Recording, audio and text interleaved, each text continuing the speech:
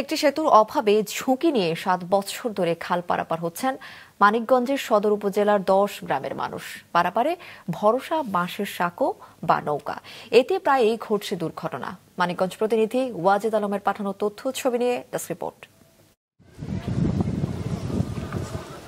শুষ্ক মৌসুমে বাঁশের সাঁকো আর বর্ষায় নৌকা দিয়ে পারাপার হতে হয় মানিকগঞ্জ পৌরসভার বেতিলা মিত্রা ইউনিয়নের নালোরা খাল। 2018 সালে খালের উপর পাকা সেতুটি ভেঙে গেলে খেয়া নৌকা দিয়ে শুরু হয় পারাপার। এলাকাবাসীর ভোগান্তি দূর করতে 2022 সালে 7,62,85,000 টাকা ব্যয়ে সেতুটি নির্মাণের প্রকল্প নেয় স্থানীয় সরকার প্রকৌশল অধিদপ্তর।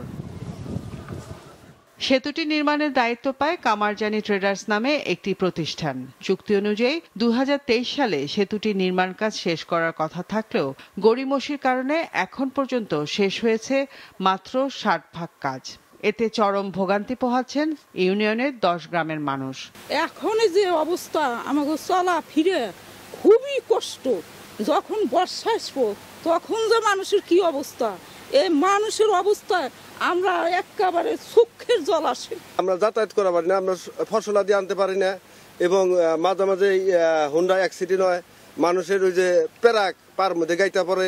এই সেতুটা খুবই জরুরি, কারণ এই 4-5টা গ্রামের লোকজন এখানে চলাফেরা করে। কাজ করে 1 মাস করে, 3 মাস করে না, আবার 6 মাস করে, তার করেই না। আর যা কিছু করছে দেখা যায় রড মড জং ধরে, মানে খুব খারাপ অবস্থা। সেই 22 সালে শুরু করার পর 25 সাল, এবং সেখান থেকে 3 ভাগের 1 ভাগ কাজ হয়েছে। আদৌ হবে কিনা বুঝতে পারতেছি না। এলজিইডি নির্বাহী প্রকৌশলী জানিয়েছেন, নির্ধারিত সময় কেন সেতুর নির্মাণ কাজ শেষ করতে পারেনি তা জানতে চেয়ে ঠিকাদারি প্রতিষ্ঠানকে চিঠি দেয়া হয়েছে। আমরা তাকে চূড়ান্ত নোটিশ হিসেবে 28 দিনের নোটিশ দিয়েছি। 28 দিনের মধ্যে কাজটি শুরু করলে আমরা একটা সংশোধিত ওয়ার্ক প্ল্যান বা রিভাইজ ওয়ার্ক প্ল্যান নিব একটা ম্যানেজমেন্ট মিটিংয়ের মাধ্যমে। রিভাইজ ওয়ার্ক প্ল্যান অনুযায়ী প্রত্যেকটা কম্পোনেন্ট বাস্তবায়নের জন্য যৌক্তিক যেটা সময়, সেই পরিমাণ সময় দিয়ে আমরা জনদুর্ভোগ কমানোর জন্য সময় বৃদ্ধি করব। আর 28 দিনের মধ্যে যদি তিনি কাজটি শুরু করতে ব্যর্থ হন, চুক্তি কন্ট্রাক্ট ম্যানেজমেন্টের ধারা অনুযায়ী যথাযথ ব্যবস্থা নেওয়া হবে।